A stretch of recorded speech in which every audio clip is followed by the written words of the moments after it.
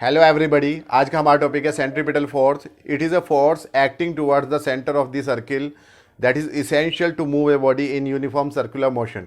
किसी भी बॉडी को यूनिफॉर्म सर्कुलर मोशन में मूव कराने के लिए हमेशा एक फोर्स की नीड होती है, एक ज़रूरत होती है, और वो फोर्स कहीं ना कहीं किसी दूसरे फोर्स से प्रोवाइडेड होना चाहिए, और उसी फोर्स को हम क्या बोलते हैं? Centripetal force. एक्चुअली आप ये देखिए कि Newton's first law of motion क्या है। According to Newton's first law of motion, अगर कोई बॉडी स्ट्रेट लाइन में जा रही है तो उसे हमेशा उसी डायरेक्शन में, उसी स्पीड से मोशन करते रहना चाहिए जब तक कि उसके ऊपर कोई एक्सटर्नल फोर्स अप्लाई नहीं हो रहा है। तो अगर कोई बॉडी यूनिफॉर्म सर्कुलर मोशन में है और वो घूम रही है इस तरीके से, एंटी क्लॉकवाइज रोटेट कर रही है सर्किल में, तो ए पॉइंट पर उसकी वेलोसिटी किस डायरेक्शन में है? ये वाली होगी। बी पॉइंट पर उसकी वेलोसिटी किस डायरेक्शन में है? ये वाली टेंजेंट की डायरेक्शन में। ठीक है, तो आप देखो यहाँ डायरेक्शन ऑफ मोशन चेंज हो गई है। यहाँ डायरेक्शन ये वाली है, बी पॉइंट पर डायरेक्शन ये वाली है, किसी अदर पॉइंट सी पर डायरेक्शन ये वाली टेंजेंट की डायरेक्शन है। तो direction of motion is continuously changing in uniform circular motion. तो डायरेक्शन ऑफ मोशन का मतलब है वेलोसिटी चेंज हो रही है। भाई वेलोसिटी जो है वो एक वेक्टर क्वांटिटी है, उसमें डायरेक्शन भी है और मैग्नीट्यूड भी है। भले ही बॉडी की स्पीड सेम है, स्पीड सेम का मतलब जो वेक्टर v1 है और वेक्टर v2 है, दोनों का मैग्नीट्यूड सेम है, दोनों की स्पीड सेम है, और वो स्पीड कितनी है? v। दोनों की स्पीड भले ही सेम है लेकिन direction of motion continuously change हो रही है। तो डायरेक्शन चेंज होने का मतलब यह है कि यहाँ पर कोई ना कोई फोर्स अप्लाई हो रहा है बॉडी के ऊपर। अगर वो फोर्स अप्लाई नहीं होगा तो उसकी डायरेक्शन चेंज नहीं होगी और बॉडी सर्कुलर मोशन में नहीं घूमेगी। तो यहाँ पर फोर्स इस तरीके से लगना चाहिए कि स्पीड चेंज ना हो, सिर्फ और सिर्फ डायरेक्शन चेंज हो। और ऐसा फोर्स लगता है जब वेलोसिटी के परपेंडिकुलर डायरेक्शन में फोर्स लगता है, तभी ऐसा होता है। तो यहाँ वेलोसिटी इधर है तो इसके परपेंडिकुलर डायरेक्शन में, that means towards the centre, यहाँ पर जो फोर्स लगेगा वही क्या होगा? आपका सेंट्रीपिटल फोर्स होगा। बी पॉइंट पर भी क्या होगा? टुवर्ड्स द सेंटर ओ एक फोर्स अप्लाई होगा, वही क्या होगा? आपका सेंट्रीपिटल फोर्स। तो centripetal force is always directed towards the centre. Centre की तरफ इसलिए होता है क्योंकि ये हमेशा इस वेलोसिटी के यानी कि टेंजेंट के हमेशा परपेंडिकुलर डायरेक्शन में लगना चाहिए, ताकि उसका मैग्नीट्यूड सेम रहे, वेलोसिटी चेंज ना हो, मतलब वेलोसिटी का मैग्नीट्यूड चेंज ना हो, स्पीड यानी कि स्पीड चेंज ना हो, लेकिन डायरेक्शन चेंज होती रहे। तो ये जो फोर्स होता है ये हमेशा किसी दूसरे फोर्स से प्रोवाइडेड होता है। अर्थ जो है वो सन के चारों तरफ घूम रही है। क्यों? क्योंकि सन जो है अर्थ के ऊपर एक ग्रेविटेशनल फोर्स लगाता है। अगर वो ग्रेविटेशनल फोर्स नहीं होगा सन और अर्थ के बीच में, तो अर्थ को घूमने के लिए, रोटेट करने के लिए सेंट्रीपिटल फोर्स नहीं मिलेगा। तो सेंट्रीपिटल फोर्स हमेशा किसी दूसरे फोर्स से प्रोवाइडेड होता है, और अर्थ और सन के कॉम्बिनेशन के लिए ग्रेविटेशनल फोर्स ही सेंट्रीपिटल फोर्स की तरह वर्क करता है।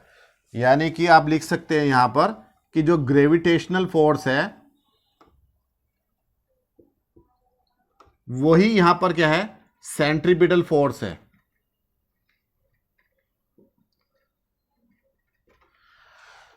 इसी तरीके से अगर किसी न्यूक्लियस के चारों तरफ आप देखें तो इलेक्ट्रॉन्स जो है वो सर्कुलर पाथ में घूमते हैं। तो एक्चुअली पॉजिटिव न्यूक्लियस होता है और नेगेटिव इलेक्ट्रॉन होते हैं, दोनों के बीच में इलेक्ट्रोस्टैटिक फोर्स होता है। अगर ये इलेक्ट्रोस्टैटिक अट्रैक्शन फोर्स नहीं है तो बॉडी यानी कि ये इलेक्ट्रॉन सर्कुलर पाथ में नहीं घूमेंगे। ठीक है, तो यहाँ इलेक्ट्रोस्टैटिक अट्रैक्शन फोर्स ही क्या प्रोवाइड कर रहा है? सेंट्रीपिटल। तो centripetal force is always provided by some other force. अगर आप किसी पत्थर को धागे से बांध के घुमा रहे हैं तो स्टोन को घूमने के लिए सेंट्रीपिटल फोर्स कहाँ से मिल रहा है? आपने अपने हैंड से इस धागे को अंदर खींच रखा है, यानी कि यहाँ पर एक टेंशन अप्लाई कर रखी है।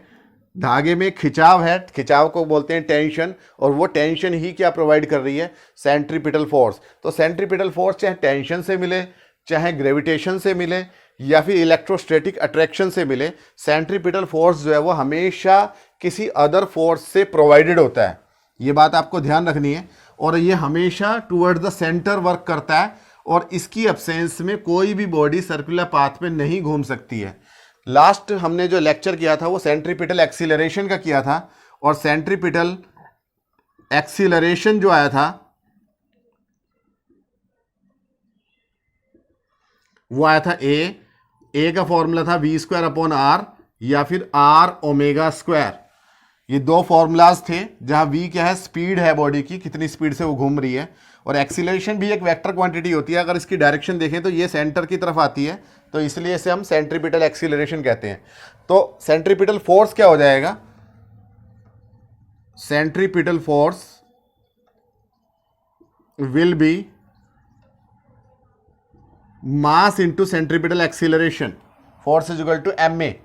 तो यहां पर m से और मल्टीप्लाई कर देंगे तो सेंट्रीपिटल फोर्स का फॉर्मूला आ जाएगा M V square upon R या फिर एम आर ओमेगा स्क्वायर।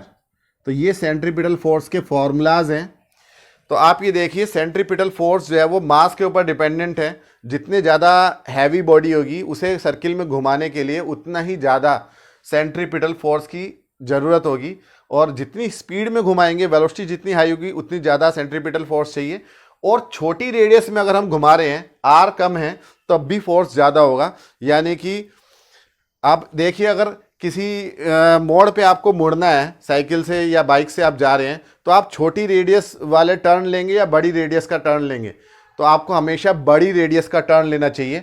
आपको इस मोड़ में बिल्कुल किनारे से नहीं मुड़ जाना चाहिए, बल्कि थोड़ा सा लंबी रेडियस लेके मुड़ना चाहिए।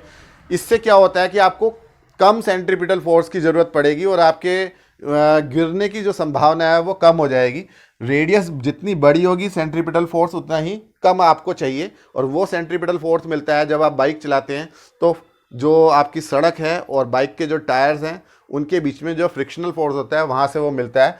अगर सड़क पे फिसलन है, बारिश हो चुकी है, ठीक है, या रेत है, आपको पूरे तरीके से फ्रिक्शन नहीं मिल रहा है, तो आप गिर सकते हैं। इसके लिए ही सड़क को थोड़ा सा इंक्लाइंड बनाया जाता है, और कितने डिग्री से इंक्लाइंड बनाया जाता है ये हम अपने नेक्स्ट वीडियोस में हम इसकी बात करेंगे कि जो सड़क जो होती है वो मोड़ पर अंदर की तरफ झुकी हुई क्यों होती है। एक्चुअली वो सेंट्रीपिटल फोर्स प्रोवाइड करने के लिए ही झुकी हुई होती है। तो सेंट्रीपिटल फोर्स का फॉर्मूला है M V square upon R या M R omega square. Centripetal force जो होता है वो हमेशा वेलोसिटी के परपेंडिकुलर वर्क करता है, या 90 डिग्री का एंगल होता है। तो परपेंडिकुलर वर्क करने का मतलब ये है कि अगर हम वर्क डन देखें बाय सेंट्रीपिटल फोर्स, तो वो हमेशा कितना आएगा, 0। एक्चुअली वर्क डन क्या होता है, फोर्स इनटू डिस्प्लेसमेंट या vector F dot vector S.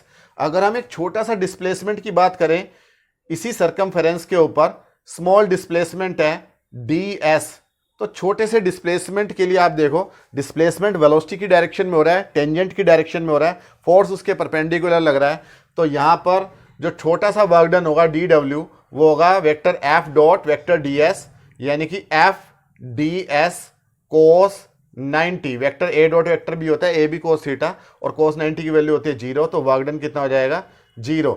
जब स्मॉल डिस्प्लेसमेंट के लिए वर्क डन 0 है, तो टोटल अगर आप लॉन्ग डिस्प्लेसमेंट भी देखेंगे या पूरे चक्कर के लिए देखेंगे तो वर्क डन कितना आ जाएगा, 0। तो work done by centripetal force in uniform circular motion is 0। तो उम्मीद है कि आपको ये वीडियो समझ में आई होगी। मिलते हैं अपने नेक्स्ट वीडियो में।